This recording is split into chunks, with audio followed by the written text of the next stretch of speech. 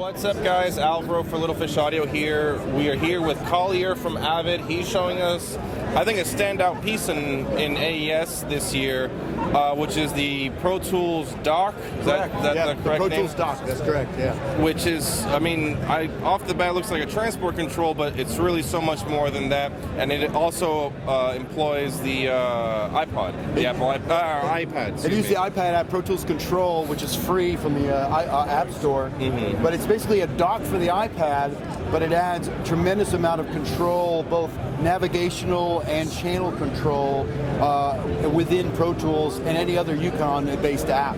You know, whether it's Logic or Pro Tools or Cubase, Nuendo. Mm-hmm. But obviously for Pro Tools, it's a great application for in the Pro Tools Control app.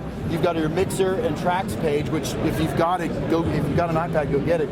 But we're going to add the soft keys page, which adds 150 plus pages of soft keys for almost every function within Pro Tools, plus user pages, which I've created here.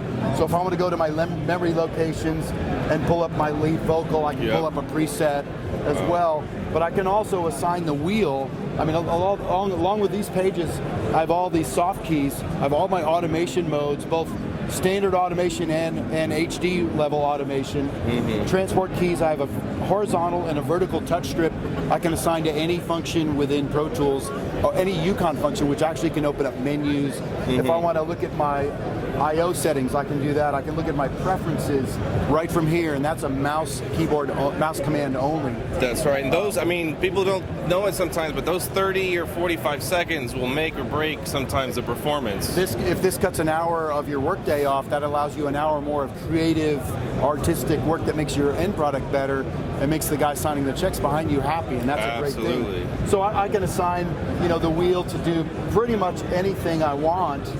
Whether it's scrolling or actually do clip gain with the wheel. Wow. Pretty much anything I want to do is easily assigned from the wheel. I also have a channel mode, which when you're connected to a Surface, I can actually bring up the whole home page from the S6 in channel mode. And if I want to say, look at my EQ, I can actually tweak the EQ on my vocal channel right from here and bring it up on the screen as well. Now, do we need to have an S3 or control for that to be? No, the Pro Tools dock will run standalone, obviously only one fader, so one thing at a time.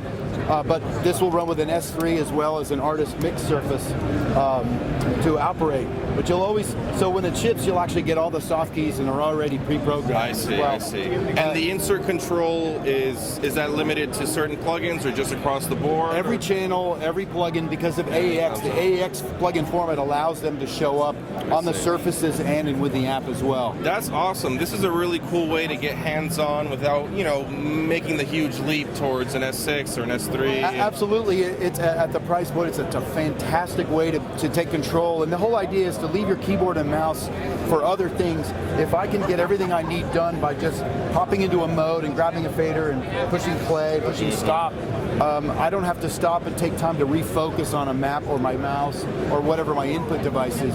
I can multitask as fast as possible, and if it saves me an hour at the end of the day. Absolutely. And it's definitely common to see studios with transport control. So having something that's so integrated and factory default is even better. It's a huge asset. Typical play and record. I've got play enough. I've got back and play assigned, so I can just roll back 2 bars and continue. If I miss a fade, I can go back and grab it and keep working. Absolutely. I never have to touch the mouse and keyboard for 99% of my work. Very cool. And what's the street price on this? When this releases in January, it'll be $11.99. $11.99, which is a great price for you. Oh yeah, I mean, in conjunction by itself, it's a great standalone box, and I can still pull the iPad out and go into the studio and do an overdub all by myself, bring it back, and go back to work, and it still integrates well with everything. Awesome. So it's a remote control as well. Right.